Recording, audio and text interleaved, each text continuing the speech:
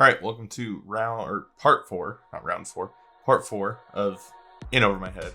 And in actuality, this is like part three, part two, because this is just like stuff that I didn't get to put in the first one, the first part three, because I kept messing up and I kept going back and it was pretty much a waste of a day. So in this one, I actually got a lot of stuff done. Now here we are, torquing down the main caps because I don't know if I mentioned in the previous video, but I woke up in a cold sweat the night after, and I was just like, oh my god, I torqued them wrong. I did it in the wrong sequence. In actuality, it wouldn't have mattered, but I think the next day I loosened them up, and it was about the next weekend, because I usually only have Sundays to do this stuff, that I went and retorqued everything. So the mains go to 43 foot-pounds, but you should do it in more than one pass. So I think I did like 15, 30, and then 43. You saw me put marks on it, and that's just for me to make sure that I torqued them and I got to every single one. Now here I am putting the pistons together, and this is really rapid fire, so I'm trying to keep up. But here I am putting the pistons together, and I actually, this is after I had ordered more of the circlips, because obviously in the previous one of them shot into space and I was one short, so I ordered 10 more just to be sure. And actually I think I made it through without having to use any extra ones. So I mean, I only had to use one extra, obviously, because one of them shot off into space, which I later found, believe it or not.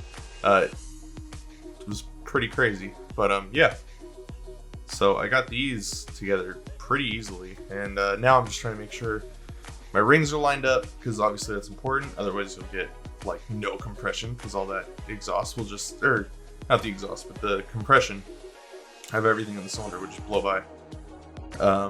So here I am lining them up,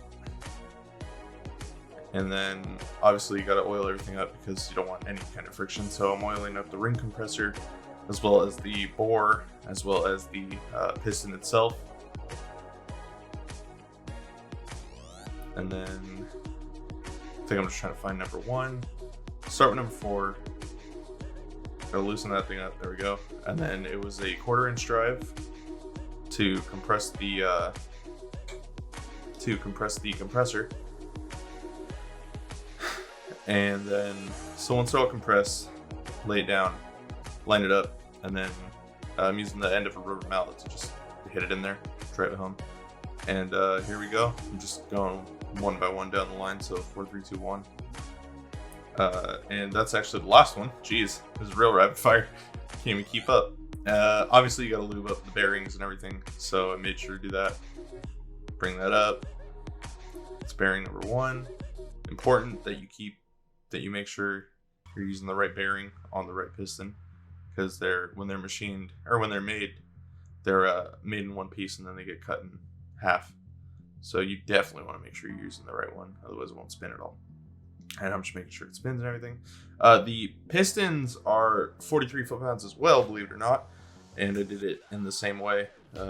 3 passes of 15, 30, 43, just to kind of get it as even as I could.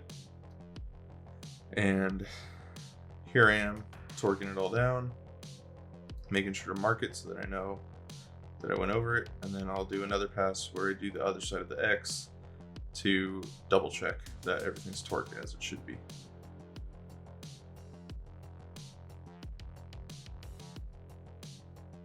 So there I am putting the other mark, like I said, making sure it's all torqued. And I'm skipping it all because it's all the same process.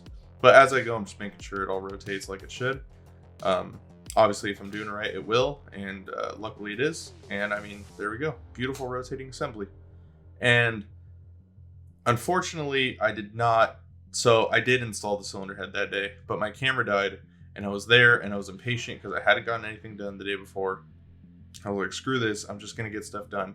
So I installed the cylinder head, and I mean, I did a lot of stuff off camera, which is, I mean, not the best, because obviously I want to get this stuff on camera for you guys.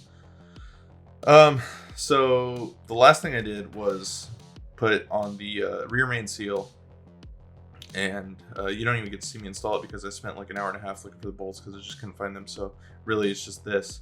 That's it. Thank you for watching, and I'll see you guys in the next one.